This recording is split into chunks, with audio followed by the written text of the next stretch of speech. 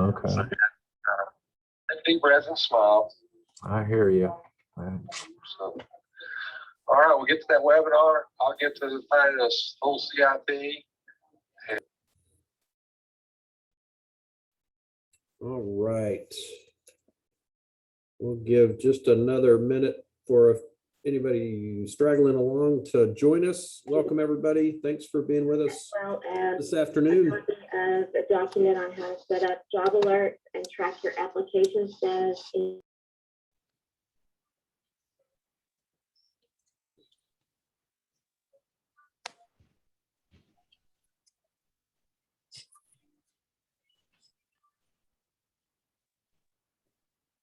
All right.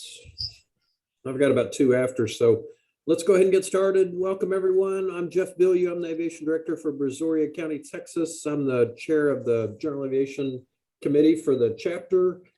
Sure appreciate everyone taking the time to be on the phone call with us today. Really enjoy this committee. Really enjoy the opportunity to work in this subject and work with each of you and try and do some great things with our with respect to the subject and the activities, subject issues that we're all mutually involved in. So really appreciate the efforts for everybody to be here. I'm going to turn the time over to Gary Davis. He is our vice chair of our committee, and he is going to introduce our speaker and run this portion of the meeting this afternoon. So Gary, thank you, sir, and proceed. All right, well, thank you. All right, Gary Davis, Aviation Director over at San Patricio County. Who we have today, I don't know if he's on the call yet, is Mr. Daryl Beal. He is the Corpus Christi Laredo security inspector. He got promoted to the inspector job back in 2007. But Daryl's a native of Georgia. He's a Navy 20-year retired veteran, came over here to TSA version and then got promoted in 2007. I met with Daryl when we were over in operations in Corpus Christi. We had the same values, same ideas and that. So really good guy. I've had the pleasure to work with him on a couple of projects. And then we've had the unfortunate pleasure sometimes that we've had some security breaches where people have ran through the fence and tore up some stuff on the airport. And so called Daryl to come over and take care of it. Because he not only does he do Corpus and Laredo, he handles 6 or 7 airports, general aviation and air service. So he's our go-to guy here. And when we need any information for security, and it's just a good source of information. The standard's 139 for all airports, and some of our smaller GA airports don't get the attention they need, and nor can they afford the standard of 139. But he helps out to where if you can't meet the exact standards, here's the things we can do to improve the security. So with further ado, I will introduce Daryl. But Tatiana, is Daryl on?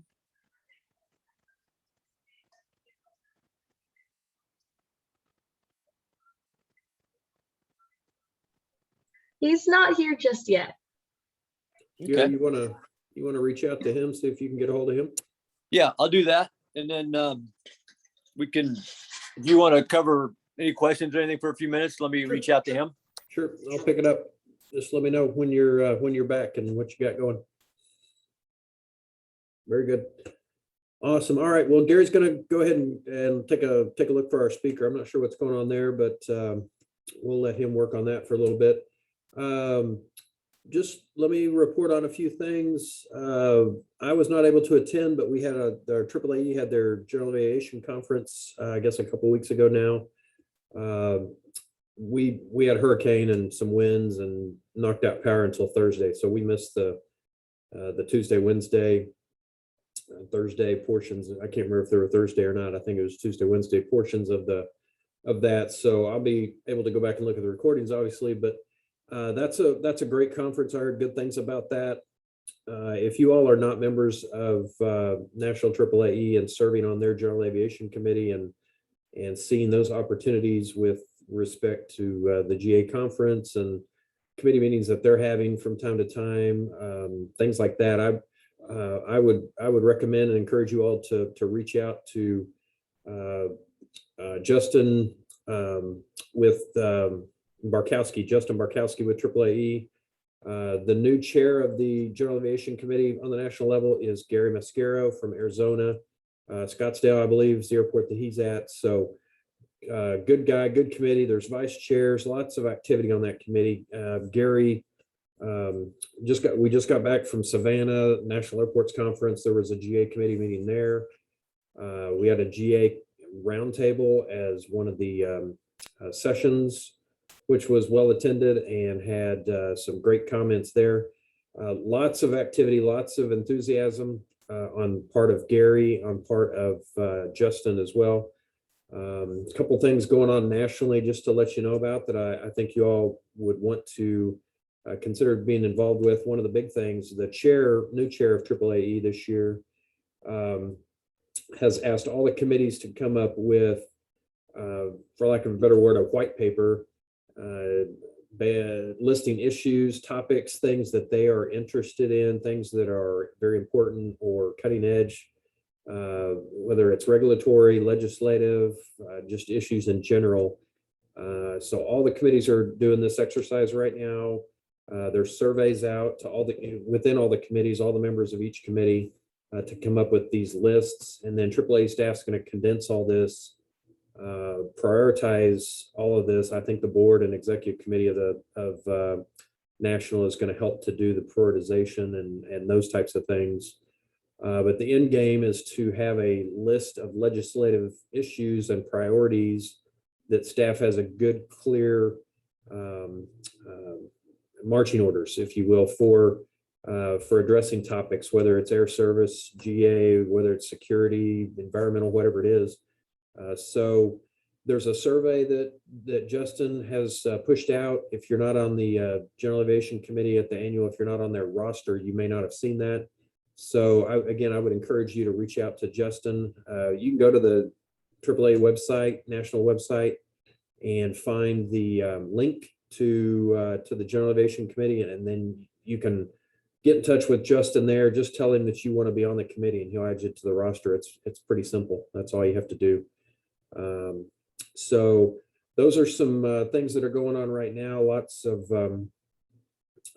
work behind the scenes, if you will, within AAAE to look at things. We had a great committee meeting in Savannah for National Airports Conference. The topics are a lot of the ones that we're following with, whether it's the NFPA stuff, whether it's multitude of different things. One of the new ones that popped up, it was a 139 issue. 139 airports are now being told that they have to add response to unmanned aerial systems, a section in their emergency plan for that. And as you all well know, other issues in the past, in my mind, is wildlife. These wildlife assessments and wildlife requirements started off as 139 issues, but they trickled down into the GA realm not long after they were pretty well situated in the 139 areas. Once they were all figured out, and the FAA will throw out some guidance, but they don't always have things in place to, their true rule or their expectations may not be in place. And so I think the same is coming for this segment. I think this is something that once they get everything going in that air carrier, commercial service, airport realm, it's going to trickle down into GAs. So a lot of us have the same issues, sometimes even worse, being in some of these rural areas that we're at. People think they can just fly these things around the farmland or the river that's near the airport or whatever. And so it just something to be aware of. So lots of issues like that that are on the front burner. So looking to see, I don't see Gary back on the phone call yet. Really hoping we get our speaker today. I was really looking forward to hearing some words from TSA on GA security. So I'm going to stop for a second and open it up. I know a couple folks on the call were in Savannah, or I'm thinking a couple of you all were in attendance, got to listen in on the GA conference. But if you guys want, anybody wanted to mention anything, Frank's on here from our corporate committee. Thanks for being with us, Frank. I don't know if there's anything in your world that's going on right now that you wanted to chat about. You're welcome to do so. Oh, I'd love to give a commercial for our Conversation with Colleagues series. So if you remember, or maybe if you don't remember, what we're trying to do is put together once a month conversation with colleagues. It'll be an hour, a roundtable format. We're looking for corporate members to be sponsors, which means you put together a roundtable with a topic you think would be of interest to not just our corporate members, but also our airport members. So reach out to me at fomcilwain@garverusa.com. We've got 3 months scheduled. We'll kick the program off next month and looking to fill out the rest of the year. Wonderful. Thanks for the opportunity, Jeff. No, wonderful. Thanks, Frank. Appreciate you being on the call and appreciate your leadership on this subject, that program. I think it'll be a great thing, and look forward to seeing that first one pop up. It'll be fun. Yep. So, hey, Don Newsom. So I'm going to call on folks. That's something that I'm going to try and do. I'm going to probably try and do it before some of our phone calls. But I'd love to hear what's going on in Oklahoma. I saw Christy has joined as well. But Don, you turned your camera on. So just wanted to say hi to you. Haven't seen you in a while, sir. Yes. And just see what's going on in Ponca City. Well, we just got our runway opened up a couple months ago, and so we're back to business. 10-month shutdown made it a little tough around here for a while, Wow. but we're back in business, Sounds doing good. Get some of that Vance traffic and some of that Yes. state student traffic up there. Yeah, getting a lot of advanced traffic coming. Excellent. That sounds good. Christy, I don't want to put you on the spot, but I see you on the call. I don't know if you have a quick second to tell us how things are going in Oklahoma City. Sure. We're all just down here living the dream. Awesome. Did I hear a rumor that your director is retiring? He is retired. Yes. Yep. Scott Keith is the interim director right now until we fill the position. Wow. So he has retired already. Yeah. Yeah. Scott looks like a second term president. Bless his heart. Oh, oh my goodness. That's crazy. Well, that means there's hope for me. I was an ops supervisor at Will Rogers, got hired on the same time Cranberg did. Oh, really? Yeah. So maybe I can retire someday too. That just sounds really good. That would be great, wouldn't it? That's Yeah. why we're working. I don't see that path yet, but I'm struggling. We'll make that a topic in one of our GA committee meetings here. How to find that path to retirement for a general aviation airport manager. Exactly. Oh goodness. Gary, I see you're back on. I am back on, and I already told Daryl should be on. Daryl, you on? Yes, I'm here. I apologize, guys. I've been just running around. No worries. Gary, let me get you to go ahead and introduce him, and we'll let him get started. Sounds good. Again, Gary Davis down at San Patricio County. We have Mr. Daryl Beal, who is the TSA security inspector over at Corpus and Laredo. Mostly air carrier, air service functions, but he does participate in our general aviation. As we briefed a little bit earlier, I went through his bio. I told him I already pumped him up about how great he was, but he does cover a lot of general aviation airports. And today he's going to talk about some of the security for general aviation, the standards, and then if there's issues, how we work through those, and then some what he sees in like human trafficking and some of the bad people that are using general aviation airports because they're out of way, not manned full time, and some of the things that he is seeing here in our area because we have the 77 corridor, which is a straight shot from here to the border. So with that, I'll turn it over to Daryl, and we will go from there. Thank you, Gary. I really apologize to you guys. I stay fairly busy, and I have multiple projects going on at my airports, both here and over in Laredo, and a little bit of stuff going on in Victoria.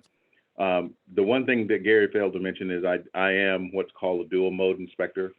I've been doing this since the beginning, actually as an inspector since '04, but I cover cargo and a little bit of surface as well.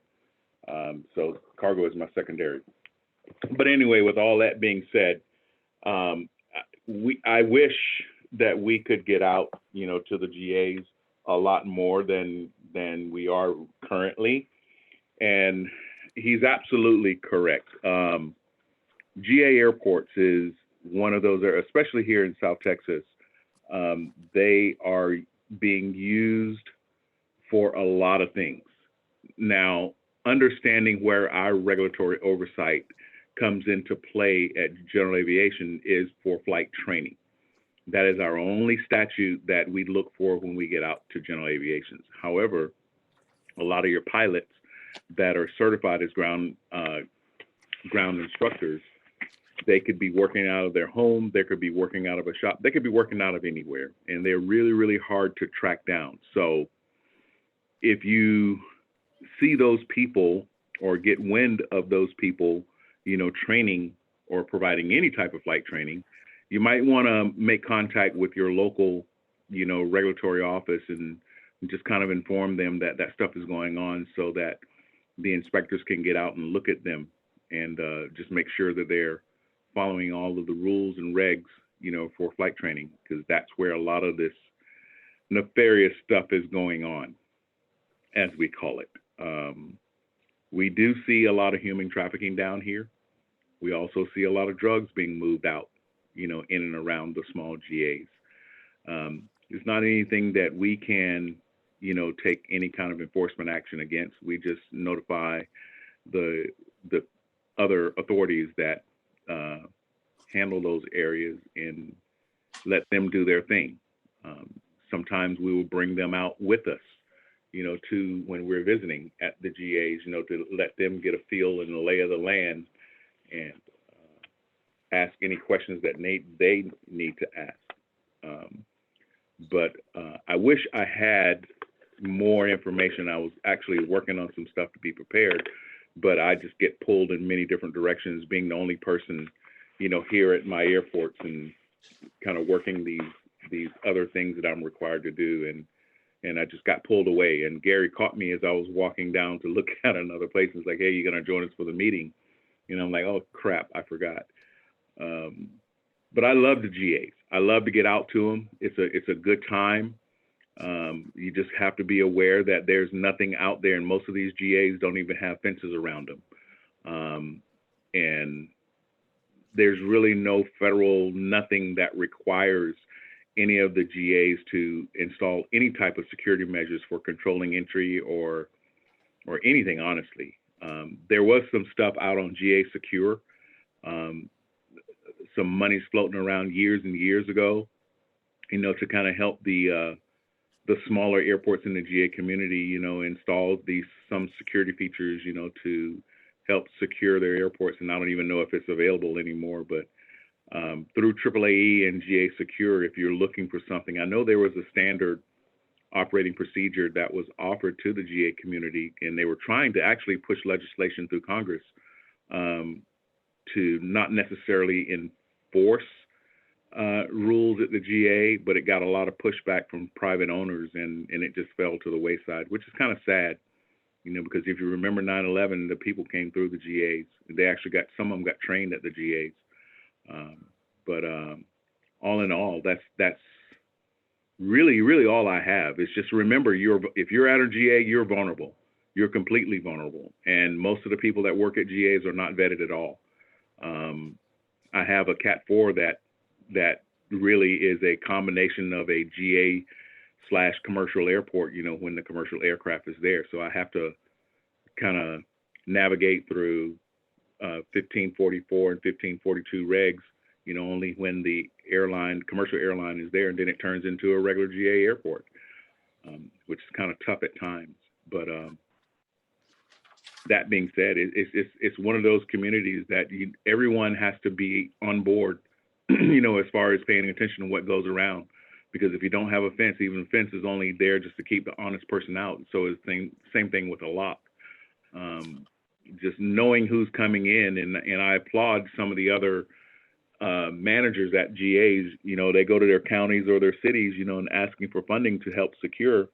And either way, they kind of free up money for you guys out there to help secure your airports and secure these aircraft, that these private owners have. But you're just vulnerable. And there's really nothing that I see coming down the pipeline that will help that in any way, unless Congress gets up and throws some money at you guys, and don't look like that's going to happen. But there's a lot of nefarious activity going on. And don't think that it's not happening at your airport, because you're not there 24/7. So if you're not controlled by a larger airport at night, which most of these GAs are not, you're just a regular landing strip to where people can just land when they want. So we do see a lot. But that's really all I have for you guys.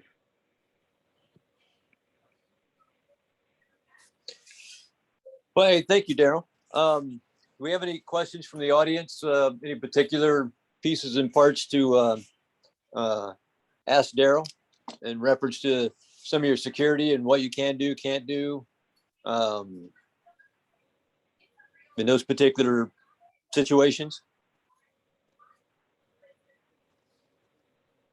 Hey, Daryl, this is Jeff Billiou. I'm the aviation director for Brazoria County, Texas, just up the road a little ways from you guys. Oh, yes, sir. How are you? I'm good, man. Hey, just from your standpoint, touching on what you said, we have limited resources. Security is real high on our list, but being able to sell a gallon of fuel, or being able to keep the light on in a T hangar that we can actually lease to actually have the activity to burn the fuel. Security doesn't always get the dollar as quick sometimes as it really needs to. But so with our limited resources in GA airports, give me a feel for what you see at some airports that you really like, some things that may be real low tech and not very expensive that you see some of your airports do that you really like, and then maybe something that may be a little more higher tech, a little more costly that you see, that's things that are effective, that whether it's a deterrent or something that takes care of an issue that you guys are dealing with. I'd just be curious, from your side of the fence, what you see that you like at our airports. Okay, well, there's two in my area that I just really love what they did, and I don't think it really cost the airport that much money at all. Now, of course, when it comes to CCTV coverage, of course, that's money. But over in Gary's airport at TP McCampbell, I remember that airport when it was just maybe one or two T hangars out there, and it was just a little small office, that they were working out of. And I don't know if it was before Gary or not, but putting a gate up with some type of access code, to come in, is one of the things that not only did they do over at TP McCampbell, but they also did the same thing in Kingsville. But Kingsville is associated with the King Ranch. So a lot of those high dollar businesses, really helped the county airport, put in that gate system, with a call box on it and some other stuff. Though, of course, they put cameras and stuff around, but just that low tech stuff, and it was just a game fence with a gate on it. And then they had people living on the grounds too. to help, secure the airport. But that's some of the low tech stuff that I saw, that really helped. And the mere presence of having someone there, in and on the airport made a huge, huge difference. That could be like if you have a grounds person, that's required to do the cleaning around the airport. To have them living there, is just kind of one of those little low tech things, that help. Just the mere presence of having someone there helps. But that's the low tech stuff I saw outside of posting posters and all this other good stuff. When it comes to things like that, people they don't have time to read a sign on a road, so putting a poster up, they're not going to pay attention to it. Yeah, that's pretty much what I've seen, low tech wise. Anything out there that you've seen, or just colleagues around the country that is new that you're excited about? We've got a couple folks on the call that are corporate folks that do planning. They do advising on different types of infrastructure and things that we as airports do. They're the ones that help us on our projects. And so is there anything out there that you're seeing that's new that you enjoy hearing about, that might be coming, that we might start looking at? Well, there was some, I mentioned that there was a standard operating, they call it SOPs, but this was really geared towards helping small GAs implement a security program, for a host of things, not necessarily controlling access in. It was a host of things. The problem with that SOP was some of it was regulation driven, and there is no regulation under the code that grants us the authority to come out and you implement a security program for us to hold you to. So, but within that SOP, there were also links to like federal funding type of thing, that where you could go, if let's say you wanted to upgrade your runways, or upgrade some type of camera video recording system that you already have in place, and you're looking for funding, through the federal government, to assist you in that. That was in that document, and I was actually looking for that as you were talking, but I just can't find it right now. And if I do, I'll share that with Gary, because there were some good resources in there for the GA community to go out and request funding, and kind of prevent you from going to either county or city, request. I know a lot of, like Robstown, when they were doing the 69 corridor, the actual airport manager at the time was, because of that 69 corridor project, he was kind of spinning off the back of that to try and get funding through the county to do all of these airport improvements, which any improvement to a GA is positive, because the funding is just not there for them. But I think really what happened, either from the mayor down, they just never tapped into those monies, that are surrounding them, and everything built up, and they were left out in the cold, high and dry. And he actually had submitted, his plan for me to look at, of all the improvements. He wanted T-hanger improvements, runway improvements, fueling storage improvements, your all of that, gas and go kind of stuff. And it just never took hold. And I think Gary has his own one-stop fueling, don't you, Gary? Yes. Yeah. So, but see, for Gary, I don't know if that was county funded or if that was federally funded. But I know they made a lot of improvements out there. But it's tough, man. It's just really, really tough. And it's hard to really pick out one single thing, that is going on in the GAs that I like, because we just don't get out as much. And I hate that, because it's like the GA community is the redhead stepchild and you're forgotten. but I haven't forgotten. And I personally love the GAs, but I just don't get afforded the opportunity, to get out there unless, there's something going on. Like the only time I visited Gary was for the guy jumping the fence when I had to go out and get information to get it over to, law enforcement on an agency that was actually wanted to take that case and look at it. And it's just hard, man. I wish I could say more to that, but it's just hard for us. And if we were out more, I would be able to tell you more, but I just don't know what's going on out there at all anymore because I'm just not out there. Hey, Daryl. Yeah. So you talk about that your only regulated piece are the flight instructors. Yes.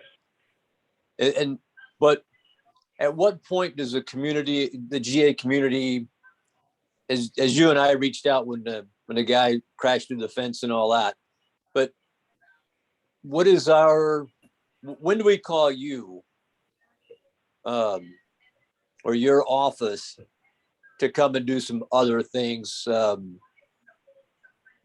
besides law enforcement? Okay. Is there what's our call to you, and what kind of situations do we call you on? And of course, law enforcement will be there also, but that you need particularly from an aviation standpoint at a GA airport. Okay, so let's talk. Has everybody heard of the See Something, Say Something campaign? Pretty much. Okay, so under that campaign, and for GAs and GAs only, if you see anything that could be considered a security risk or a security vulnerability per se, when it comes to using a plane nefariously, or if individuals are being trained for nefarious activity. I mean, there's a whole range of things of why reasons to contact us to get us involved. I mean, it could be as small as, just like for the guy running through the fence. It could have, he might have wanted to come and take a joyride, in a car that he saw over there or whatever the case may be. Anything like that, we would like to know. That way, even if it doesn't drive, to a case being built, on the person, it would not come from the TSA side, because we have no regulatory arm, to the airport to say they violated a federal statute. The only time that arm would exist would be on the flight training side. And there are requirements that anyone that provides any type of flight training fall under 1552 of the code, and they're not necessarily notifying us, but FAA will know, who those people are, because in order to provide training, you got to be registered with the FAA under that CFI stuff that's actually governed under the FAA for an instructor. And then that's where we come in and put in those mandates for what they must follow, for providing training to either foreign or domestic. So, but to really answer your question, it could be just about anything you consider something that needs to be looked at, small, big, or large. I mean, small things lead to big things, and you can't just, in my opinion, shrug at it and say, no, it's really not that big. And then all of a sudden it turns into something big. And a perfect example to that is here at one of my airports in our area. That's a commercial airport, mind you. An individual drove up close to midnight. And whether the person knew that no one was going to be there, because the airport's not a 24-hour airport, whatever the case may be, the person that was actually working at the airport in the area where this individual came up was shutting down for the night. And the individual basically stated, I'm here to deliver product for a plane that's going to land at 3 o'clock in the morning. Well, there was nothing actually on the schedule for anything to land at 3 o'clock in the morning. Now, the individual insisted that there was, and actually talked the person into unloading this project and take it, or product, and take it into the building. And when the individual and actually helped pull the stuff from the car, you know, to take it inside. When the employee went to the restroom, you know, and came back, the individual was gone. He had gotten no description, or he had a vague description of the person, but got no description of the vehicle that they were in, didn't know the license, didn't know nothing. And it wasn't reported until the very next day, which is like 4 or 5 o'clock in the afternoon. Well, it's too late. You're talking a little bit less than 12, or actually a little over 12 hours, but the product was still there, you know? But who knows what it is? Who knows what's in it, you know? But timely notification at the time is critical. That way we can actually get somebody out there to look at it. Or even if it's 3 or 4 hours later, you know, at least we got a little bit of time to kind of look into things like that. But anything is reportable. But I kind of use the KISS symbol too, you know, keep it simple, stupid, you know, but do your due diligence. You know, when it comes to reporting, do your due diligence, get as much information as possible. And that way, you know, when questions are being asked, at least we can, you know, talk intelligently about what happened and kind of take it from there. Okay. Do you have any questions from the audience that from corporate standpoint, as far as corporate traffic, private entrance on airports and that? Yeah, this is Frank Gary. I'll ask the question. So as an engineer, an airport planner, is there anything we can be doing, thinking ahead and planning out infrastructure for the benefit of better security, better safety? Yes, which is going to cost you money. I mean, we always say, I was a part of the joint vulnerability assessment teams that go through airports and look at vulnerabilities and what we call hardening targets. Everything that you would want to do to harden your airport is going to cost money, whether it be from the fingerprint-based stuff to just a simple access control measure at your gates and all that kind of stuff. It's going to cost money, and everybody's going to want to know who's going to pay for it. And if it's not backed federally, generally it just doesn't happen.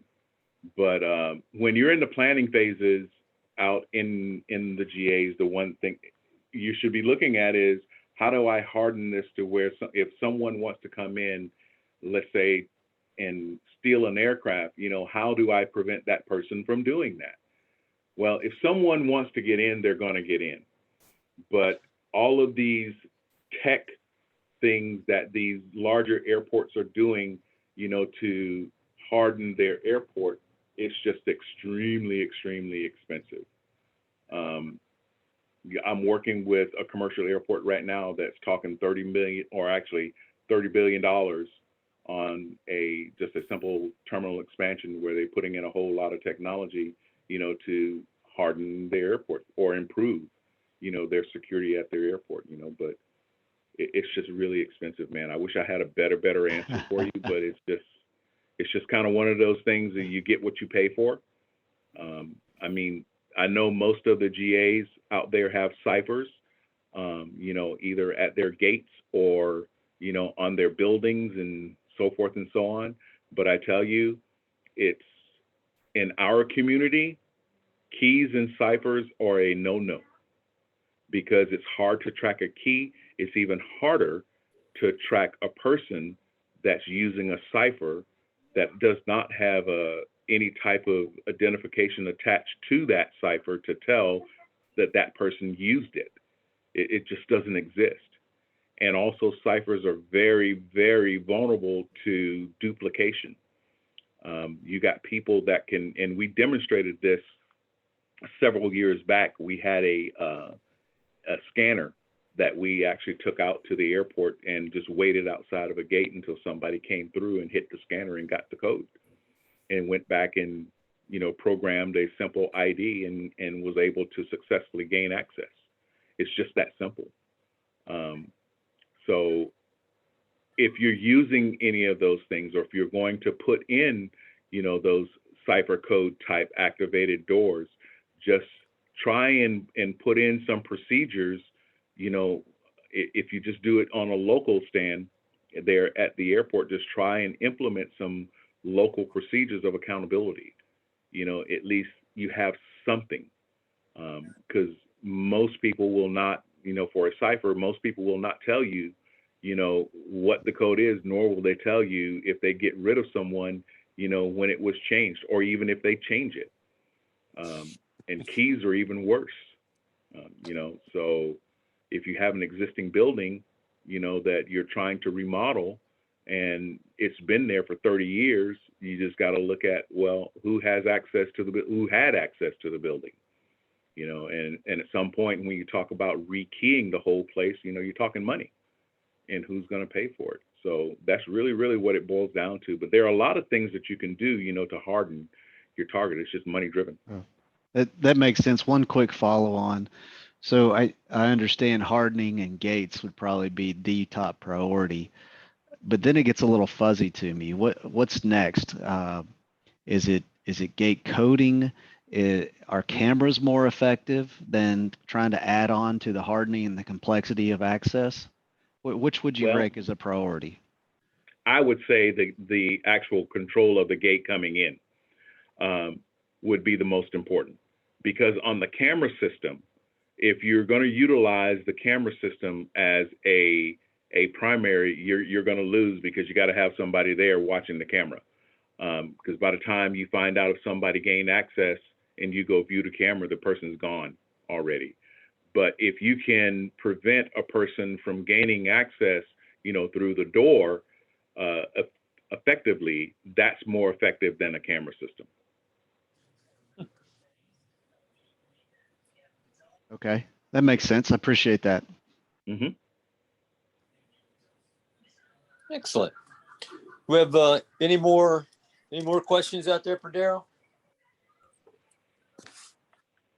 Hey, Daryl, it's Jeff again. So from your standpoint, you talked about flight training. That's really your statutory obligation. You're focused on verification and, engaging with the folks on our airports that are doing flight training. But you also talked about human trafficking. You talked about maybe drug trafficking, things like that. What,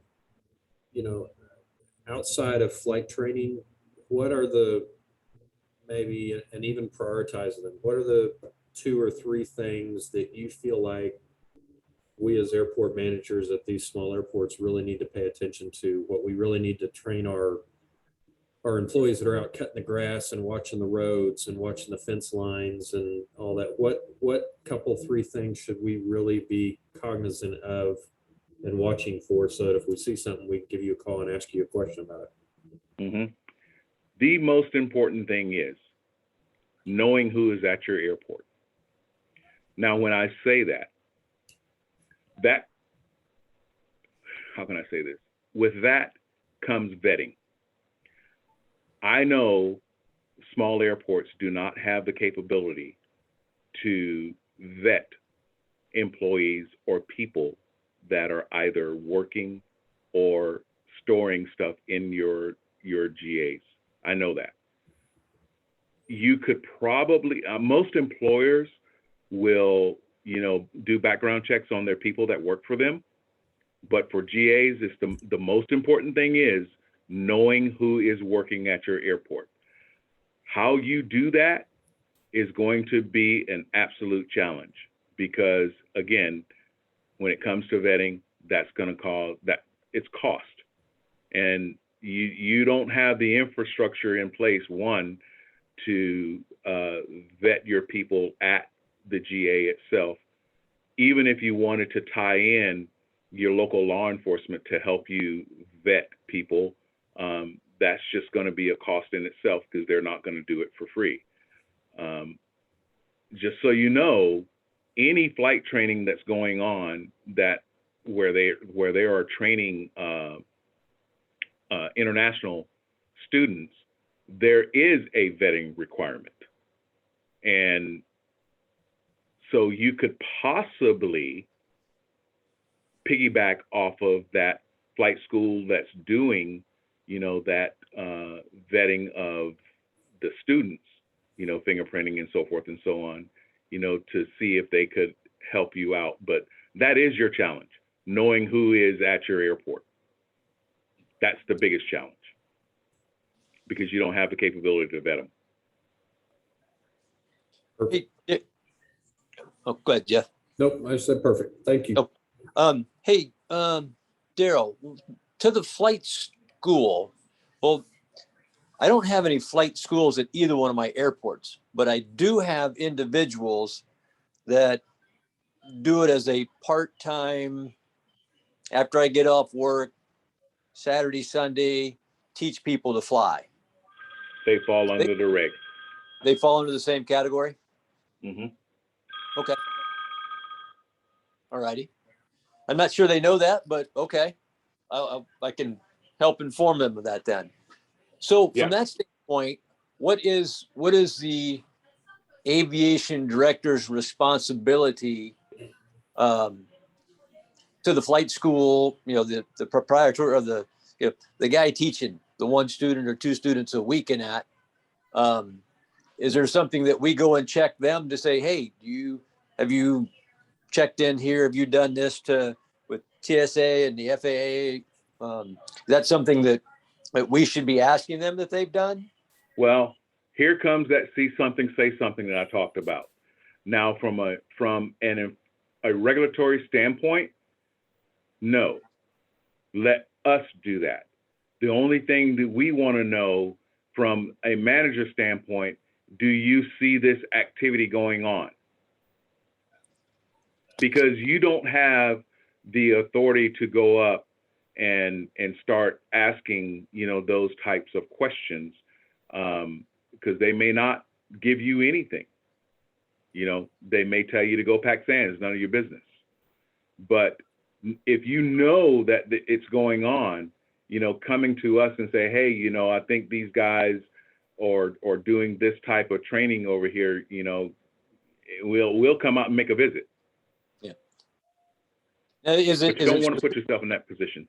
Is it specific training you're looking at? If they're just, 150 going out and doing bounce and goes on the runway where, a guy's actually learning to get his private certificate or something, but that's still something you come and check just to make sure it's legitimate. If they are training either in classroom or in the plane, it is flight training. Okay.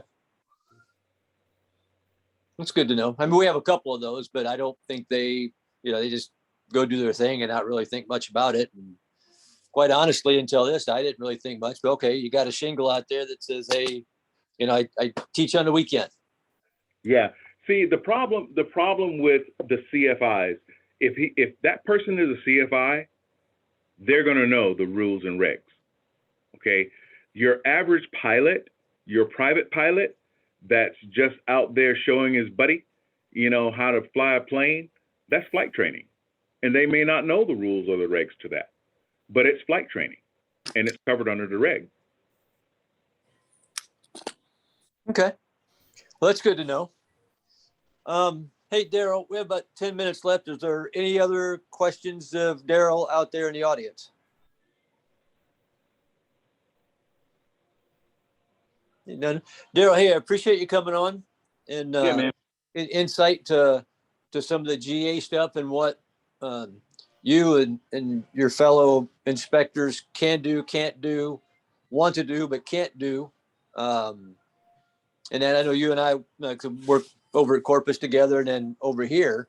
But good information. And I guess we would encourage that the aviation community directors, managers go out and meet up with their inspectors and that and get to know them. Just if they have questions, they can call them directly. Yeah. And because there's probably not too many of you out there, are there? In our area, we have 12, and we cover all the way over to Del Rio, almost up to Austin, all the way over to Victoria, all the way down to Brownsville. Wow. It's a large area for a few inspectors. But I appreciate it. Thank you for coming on and being our speaker. And then I will catch up with you probably later, probably next week, and we can touch base on some other things. Sure. Jeff, you have any closing words? Just want to say thanks to Daryl. Daryl, that I know your time is valuable. I know we took you away for some stuff. Thank you for making time for us. It'd be great to have you or one of your colleagues at one of our conferences coming up where we can have this subject in front of, a couple hundred airport managers and engineers and consultants, just to hear some of this good stuff. So thank you for your time. Sure, man. I appreciate it. We have been tasked, to get out and do what we call is outward focused compliance. And all the commercial airports are involved in that. It's just the GA community is left out of it, which is sad. But more than glad to do, and help the aviation community in a whole, because it's one dog, one fight, and we're all in this together. And when it comes to security of airports, you are part of it, and you should be recognized that way, because things happen at small GAs. A lot of things happen at small GAs, and it's known. And that's what's so sad about it. But anyway, we'll get through it. Good deal. Thanks, Daryl. Yeah, man. You guys take care, okay? Thank you. Thank you. All right. Guys, I don't have anything left on my agenda. We touched base on a couple things. I just wanted to mention, Gary, while you were off grabbing Daryl, we just talked about a few things that have been happening recently. Anything from the group? Robert, Craig, I see you on there. Sean, anybody have any comments, any questions, anything you'd like to bring up for the group before we adjourn for the day? If not, that's fine. Just want to give you guys the opportunity. Thank you guys for putting this on. Appreciate it. Yeah. Hey, congrats on the engagement. Thank you. Appreciate it. Facebook is a good thing. Yeah. Congrats. Thanks.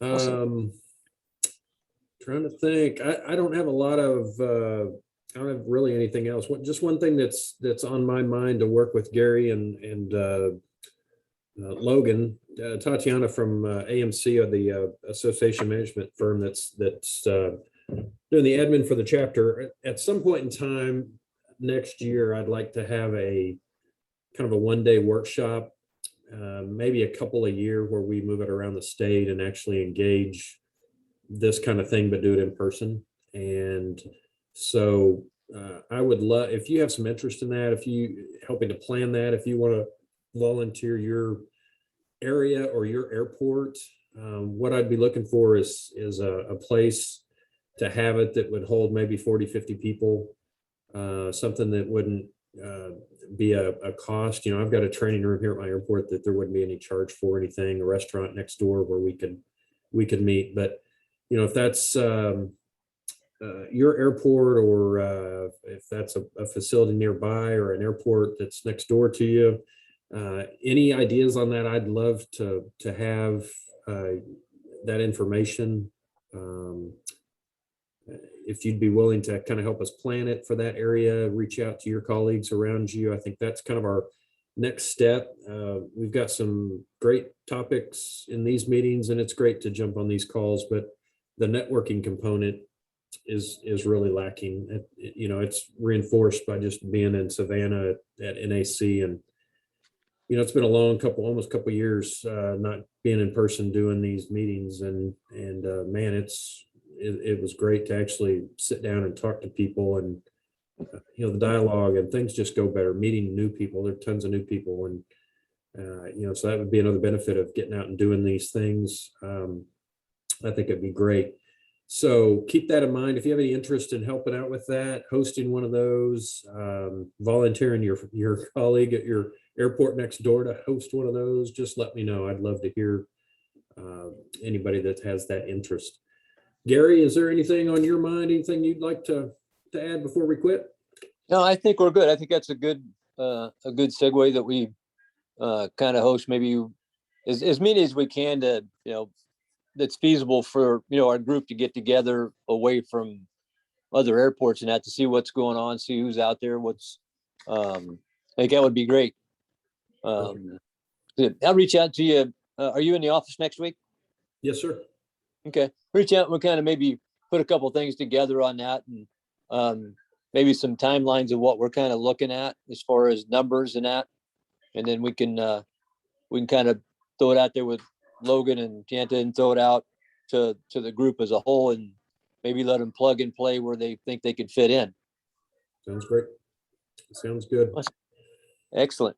All right. Again, to each of you, thanks for your time today. If there's a topic that you would like to bring up, you've got a great FBO, you've got a great tenant, you've got somebody, a topic that you'd like that would be great for us in this setting, please pass that on to Gary and I. We'd love to hear it and incorporate in our planning for the coming months. So I don't have anything else. Again, thanks for making time to join us today. We'll be looking for a date for next month, getting that squared away with Logan so we can host this on her calendar again.